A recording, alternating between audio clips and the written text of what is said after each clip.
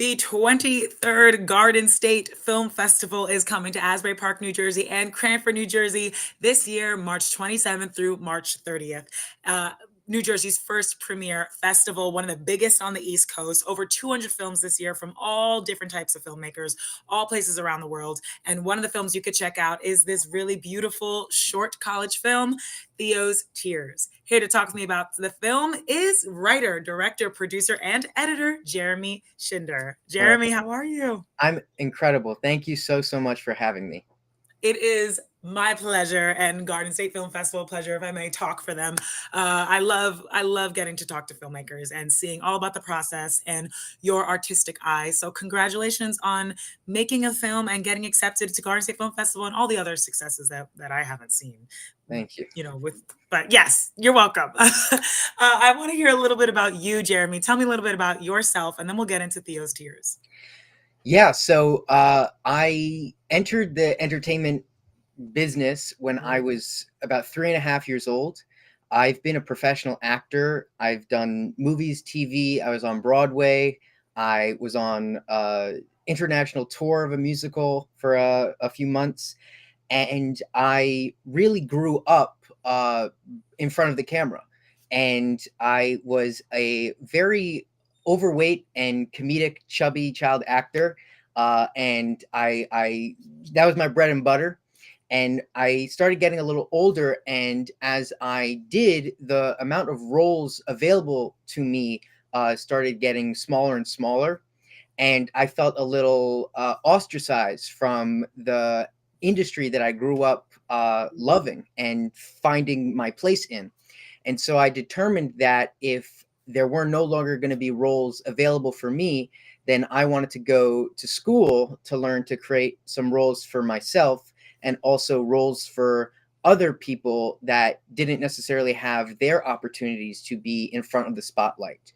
And so everything that I do and have done, like I said, has started from this place of trying to create an opportunity for people to tell the stories that deserve to be told, and try to be the person to help those people who have really powerful things that they need to say.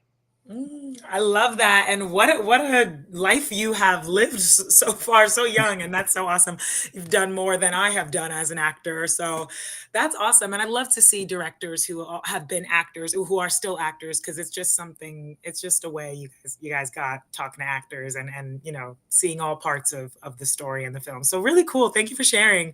Tell Yeah. us about Theo's Tears, please. What can we expect? Yeah, Theo's Tears has been a labor of love for over 4 years now. I was first inspired to come up with this film by my cousin and a Facebook post that that he and his wife posted about their 5-year-old son, and it was something that never occurred to me. I'm very fortunate and very proud to live in an area and a community and a family that's very accepting and tolerant of all different kinds of people and all different sort of variances that make us unique. But some other people do not have that wherewithal of acceptance and tolerance. And so I saw this Facebook post of my family sharing an instance where members of their town were sort of ostracizing their child and sort of making them feel that they didn't belong, or that they were doing things that wasn't typical for a 5-year-old boy. And that really stuck with me. And I was very grateful and proud of my family for distancing themselves from these sort of aggressors. But it made me think about what could happen if a similar setup occurred, but instead of the family rallying around their child and doing what's best for the child, what if the family members instead listened to those outside voices and didn't support their own kid?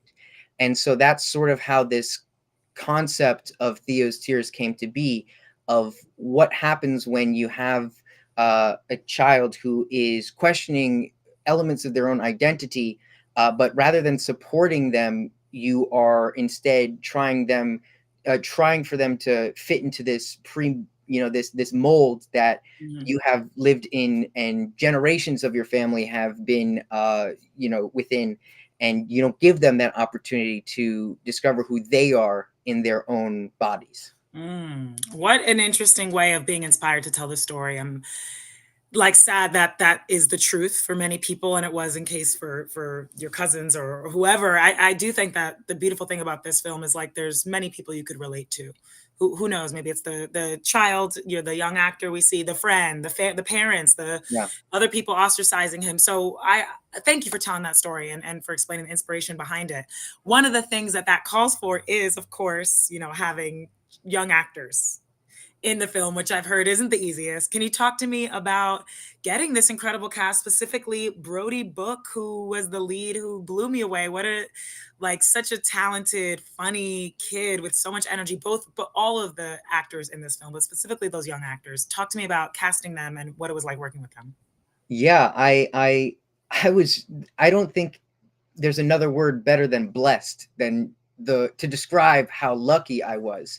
Um, I do agree that there is a cautionary tale of never work with kids or animals in the entertainment industry. Um, but having grown up a child actor myself, Mm-hmm. doing movies, TV, and theater, I knew that there are these incredible people that are young but are true professionals, and Mm-hmm. so that was my entire perspective when I was searching for these kids. Was I wasn't necessarily looking for kids that were cute and did their school plays, but I really sought out young professionals that Mm-hmm. necessarily didn't have a big following, sort of like undiscovered people. And I'm very very it brings me so much joy that this film has been like a sort of introduction into the world of things that these incredible kids can go on to do. So absolutely, Brody Book is a rock star.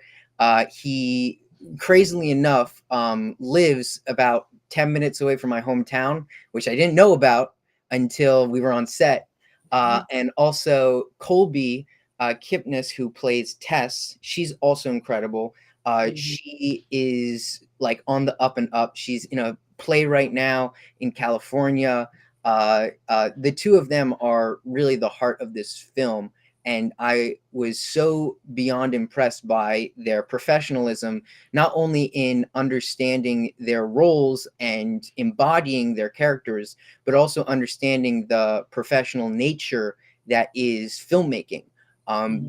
This film was very much produced like a professional production rather than a student film. There were a lot of long days, a lot of crazy locations of going to three different places in one shooting day, Mm-hmm. and all shooting out of order, and they were really really in it, and there was not a single moment where I was nervous or fearful that it wouldn't work out, because they truly became the champions of this film, to the Mm-hmm. point where a lot of the crew members were even commenting like it was so it was almost like I, as the director, didn't even need to do much. It was They were so in it and so responsive, and really made this film what it is.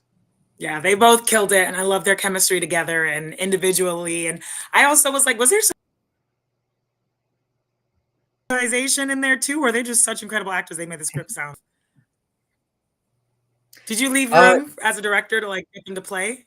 that's it's so great. I There was not a lot of moments of improv. There was moments of variation. Like, I always Mhm, loved playing around as an actor. mhm, That was sort of my uh the little games that we play of saying the exact same thing in a different way and getting the same emotional response. But one of the things that I did do, and I was so thrilled that I did, was during the final scene that we shot on the final day. It is a conversation scene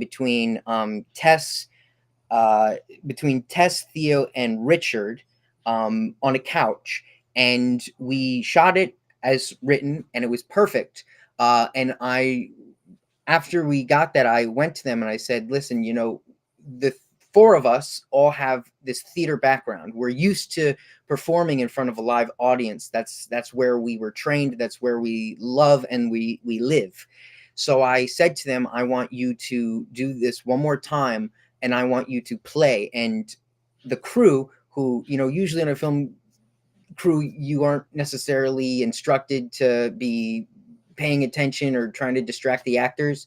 But this was a one opportunity where we all looked and watched and had them play and have fun. It was three Mhm. people that were at the top of their game and really you know, having fun and poking with jokes, you know, in a very safe and comfortable environment. And of course, that was the take that ended up being in the film. Yes, I think that's why I was like, "Is this improvised?" Because I remember that scene of them, like, scooching on the couch, and I was like, I really enjoyed that. You can see the fun in it. Yeah. And, throughout this whole film, you really see the heart, and although some of the, things you hear is sad because it's people do experience that, it also is very heartfelt, and I think is a beautiful message without giving anything away at the end. For you, I mean, I know this is not your first film, but, like, what are some of the things that you learned from this process, especially because 'cause you've done this before? What was different for you? What was the best part? What did you come away kind of learning? I think this was definitely the largest scale production Mhm, I've directed. It was a lot of logistics. We had cast members from 5 different states that were traveling in. They all stayed local in Syracuse. I attended Syracuse University, and we shot it in town and in around Central New York. I think for me as a director, though, the best thing that I took away with was learning to let go, mhm, learning that, you know, as much as we prep, as much as we have this what forms in our mind as a complete image is really sort of just fragments of a mirage of, you know, what you think this is in your mind. mhm, But the joy for me was seeing how I was able to get the same emotion and same resonance with a different image. It's almost like dominoes in a sense, where you can line them up in a different order, but any way it goes, there's still that possibility that a little gust of wind will knock it over. And so I think learning to understand that, you know, you need to be adaptable. Things happen. The first day we shot was torrential downpour, and we had to wrap up early, and it was just this really defeating moment that anybody else would have said, you know, this is we have the worst luck. But I mm, was really very fortunate that my two assistant directors rallied together, and they really uplifted me and got my back and said, we're gonna figure this out. And mhm, we reworked the schedule like on the spot. And the next day we were able to just push and get everything we needed to do and then some, and made it work. And it was not at all how I or anyone else thought the, you know, the scenes would play, but mhm, they ended up being arguably more impactful and more gritty and raw. mm, Which is the scenes I'm talking about specifically are the whole haunted house chase sequence and fight. mm. So that was a really intricate and complicated Yeah. scene to choreograph, and you know, with the obviously safety and stunts while it's raining outside. But I was very proud of my team, and especially my cinematographer of that, Erica Negrini, who was able to, with very limited resources, get what we needed to get, and made it look really beautiful in the process. So Mm. yeah, Amazing. I love hearing stories like that because one thing you can count on is unfortunately kind of some not going as planned on a film yeah. set, and the whole thing is kind of get all together. You got to make it work and not give up. So amazing to hear that was the case for Theo's Tears, and it definitely ended up still working and like you said, probably better than before. I want to ask you how you heard about Garden State Film Festival. We talked a little bit before, and you will be joining us along with some of the cast, which is Yeah. such an incredible thing. So, how's it feel to have Theo's Tears at Garden State Film Festival, and how'd you hear about the festival? I am very humbled and honored to be participating in the Garden State Film Festival. I've heard about it for a while in passing. Uh, I went to school in New York, but I'm from New Jersey. I live in New Jersey, and sort of if you grow up in that scene, you hear rumblings about like a You know really about good it. Film production festival. going on. And so when I found out a little bit more about it, I knew that this was a place that I felt was fitting to exhibit my film, and I was very glad that the selection committee also agreed that this would be a good fit too. And it also kind of pays back homage to Zach Braff, who is a very famous, New Jersey actor Yes. director, and he actually was the first actor director that I was fortunate enough to work with on his film Going in Style Mhm. when I was in high school. And it's sort of interesting how things work out for reasons that you sometimes can't explain. Having that connection and having seen that you can be a successful actor and director, and you don't need to box yourself in, Mhm. sort of which became my sort of mantra going into film school was that I wanted to learn as much as I can to be able to do as much as I can. Mhm. To now be here on the other side, having graduated, getting to show this film at a New Jersey festival is so wholesome and sweet to get to do that. Oh, I love it so much. Well, it's been a pleasure talking to you, Jeremy. How can we see more of your work? I know that you have a production company. This won't be the last film you make. Is there any Instagram or something we could tune into to see more of your work? Yeah, you can check out our website, which is jerbearfilms.com. And we have a few projects in the works that I'm very excited for. What I'm actually really very thrilled for, truthfully, is that now that I've graduated, I'm actually getting a chance to collaborate on projects with my brother and sister on two different films. Actually, I'm working on a feature length documentary with my brother about our grandfather and the amount of stuff that he did in his career, which is very Mhm. impressive. And I'm working on a narrative feature film with my sister about sort of like a high school rock band movie with a twist. Okay, I love that little family productions. Yeah. Not little, but that is so cool. What a privilege, and like that's beautiful. I love to hear that, and I'm excited to see that. Garden State Film Festival has documentary features, narratives, features, shorts. So we hope to see you again. Congratulations again on Theo's Tears. We're looking forward to seeing you. Let me tell everyone watching how you can watch this film. It will be playing at the Berkeley Hotel in the Continental Room. Film block is 3 p.m. to 4:45, Saturday, March 29th. Definitely go to gsff.org for those tickets, and we will see you all there. Thank you again, Jeremy, and congratulations to you, the entire cast and crew. Thank you very much. My pleasure. I'll see you at the festival.